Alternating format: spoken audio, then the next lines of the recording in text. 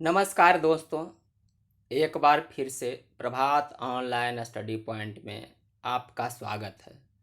दोस्तों, मेरे द्वारा जो झारखंड श्रृंखला चलाई जा रही है, आज उसमें 28वां सेट दिया जा रहा है, जो असुर, सब्बर और गुड़ाइत जनजाति से संबंधित है।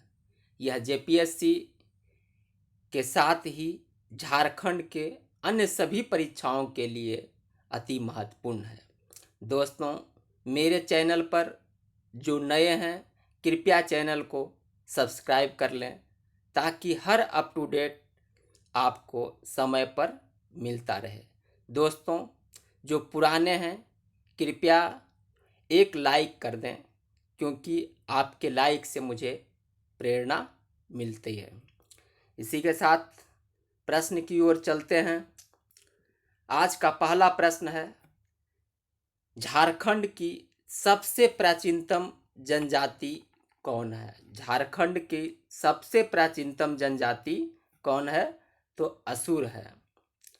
इसका उल्लेख ऋग्वेद, आरण्यक, उपनिषद, महाभारत आदि ग्रंथों में भी मिलता है। कुछ इतिहासकार सिंधु सभ्यता के प्रतिष्ठापक के रूप में असुरों को ही मानते हैं। ऋग्वेद में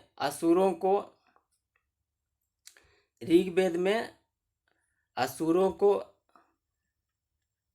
अनासह अर्थात चपटी नाक वाले, अव्रत अर्थात भिन्न आचरण वाले, मृदवाच अर्थात अस्पष्ट बोलने वाला, आयासी और सुदृढ़ अर्थात लौह दुर्ग एवं अटूट दुर्ग के निवासी कहा गया है। आगे बढ़ते हैं दोस्त।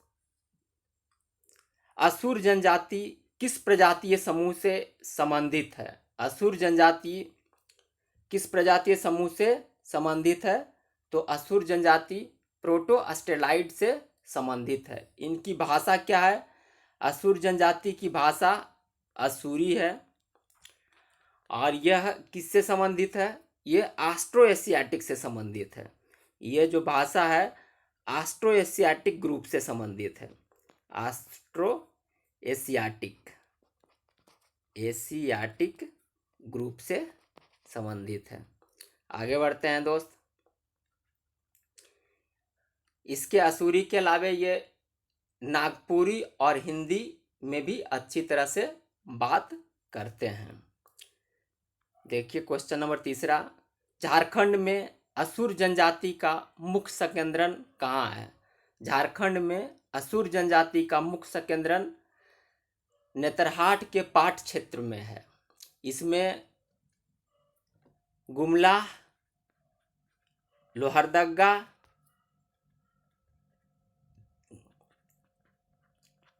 लातेहार,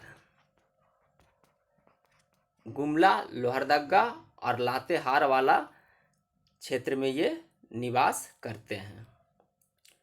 असुर जनजाति कुल कितने उपजातियों में विभक्त है? असुर जनजाति कुल 3 उपजातियों में विभक्त है। तो देखिए कौन कौन ये हैं। वीर असुर,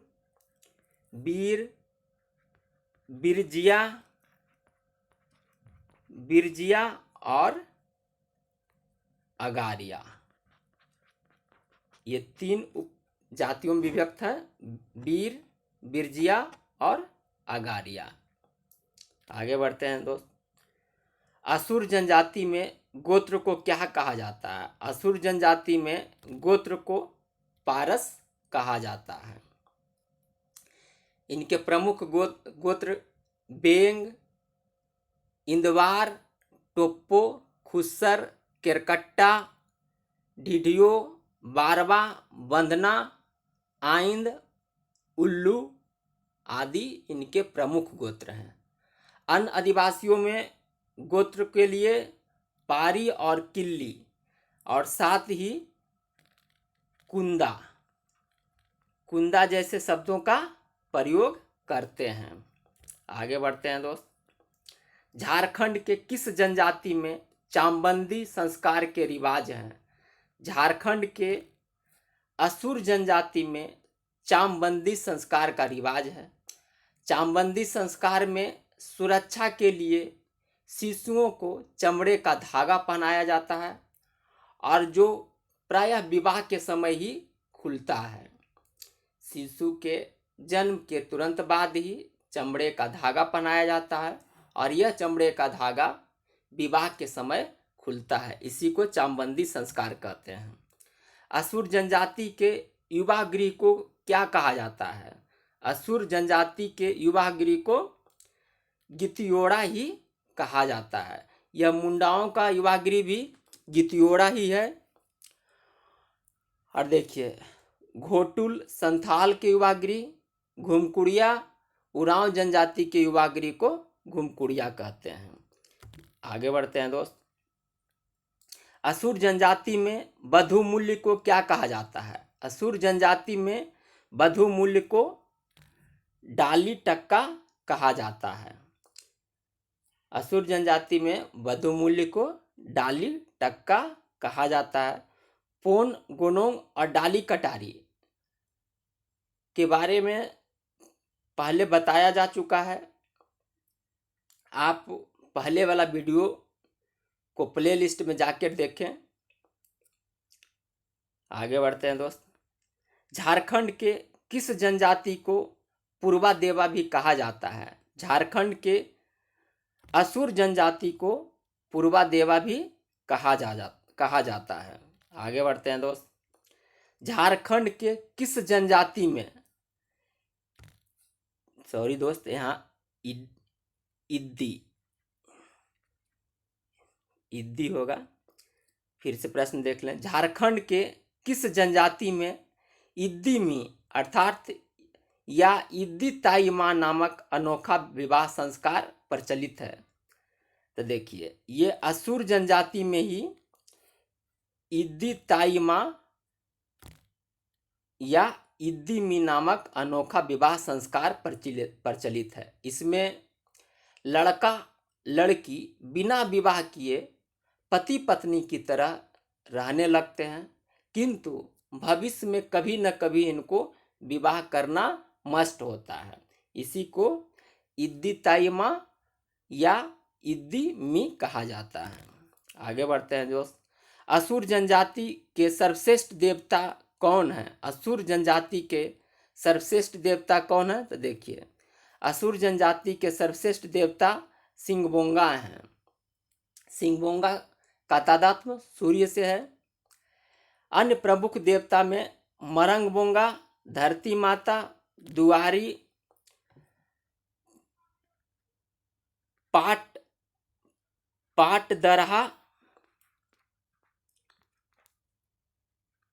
दरहा, तुसहु सीद आदि इसके प्रमुख देवता हैं।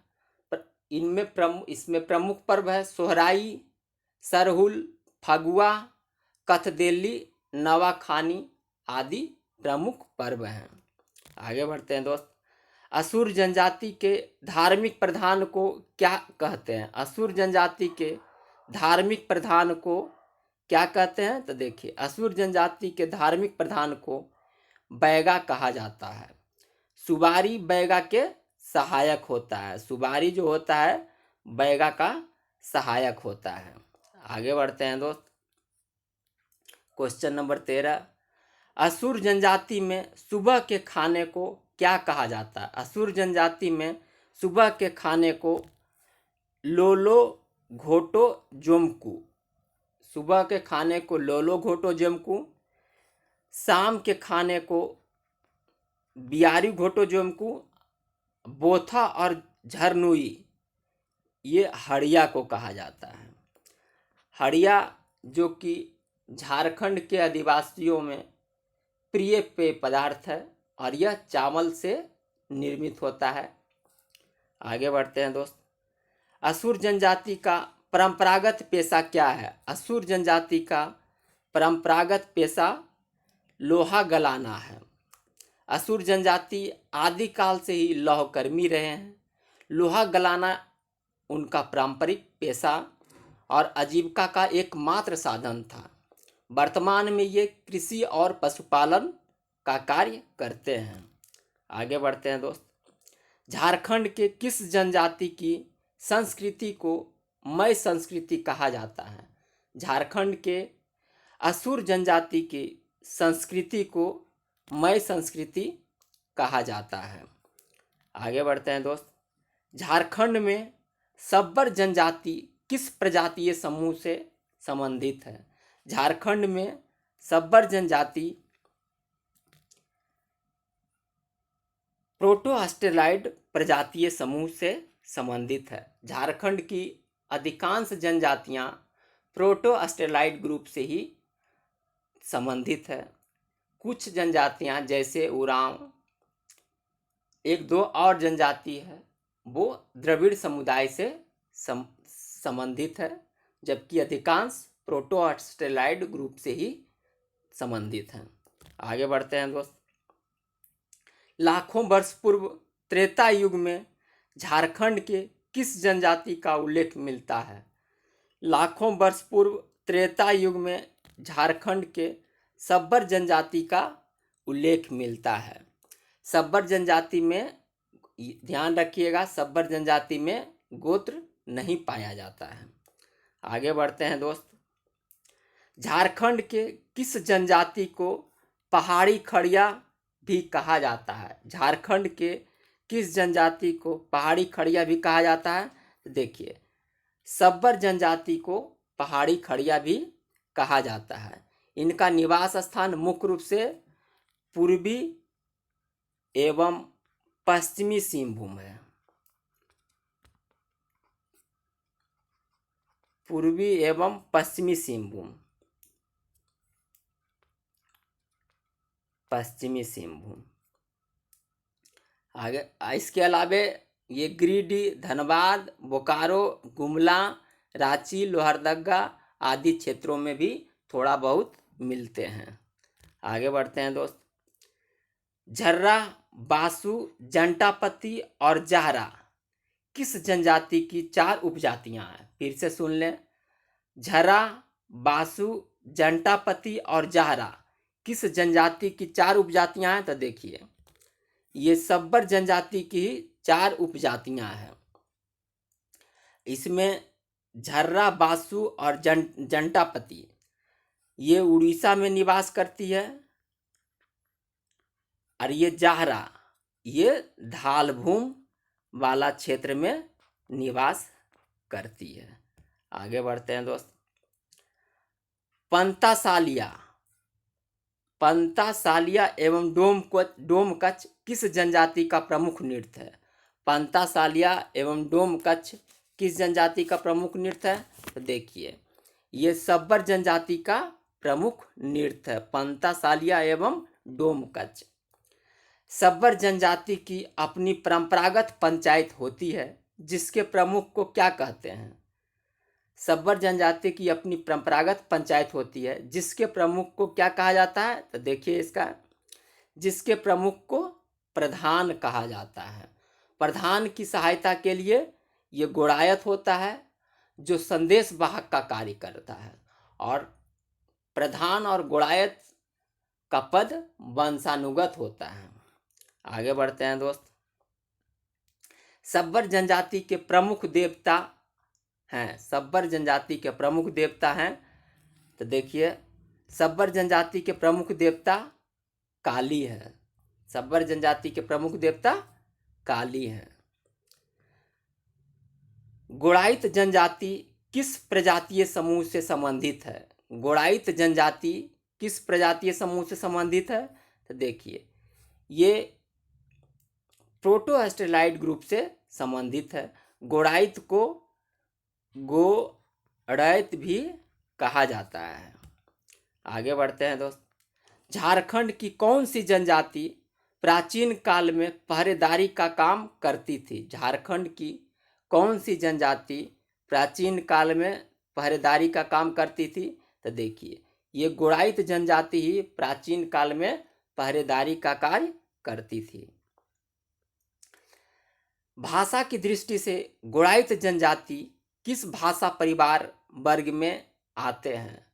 भाषा के दृष्टि से गुणायत जनजाति किस भाषा परिवार वर्ग में आते हैं? तो देखिए, ये आस्ट्रिक भाषा परिवार वर्ग में आते हैं। इसे स्थानीय रूप से मुंडा भाषा वर्ग भी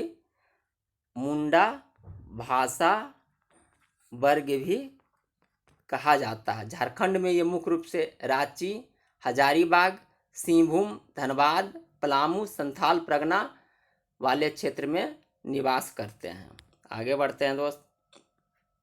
क्वेश्चन नंबर 26, देवी माई और पूर्विया किस जनजाति के मुख्य आराध्य देव हैं? देवी माई और पूर्विया गुणायत जनजाति के मुख्य आराध्य देव हैं। पूर्विया, इसमें पूर्विया जो है एक भूतात्मा होता है। इसको साल में एक बार बकरे की बलि देना होता है। आगे बढ़ते हैं दोस्त।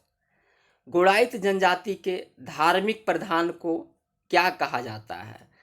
गुणायत जनजाति के धार्मिक प्रधान को क्या कहते हैं? तो देखिए, गुणायत जनजाति के धार्मिक प्रधान को बेगा कहा जाता है। अब देखिए, गुणायत जनजाति में कर्मा, सरहुल, सोहराय, जितिया, नवाखानी, फाग आदि इनके प्रमुख पर्व हैं, जो कि झारखंड के अन्य जनजातियों का प्रमुख पर्व है, वही इनका भी प्रमुख पर्व है। आगे बढ़ते हैं दोस्त।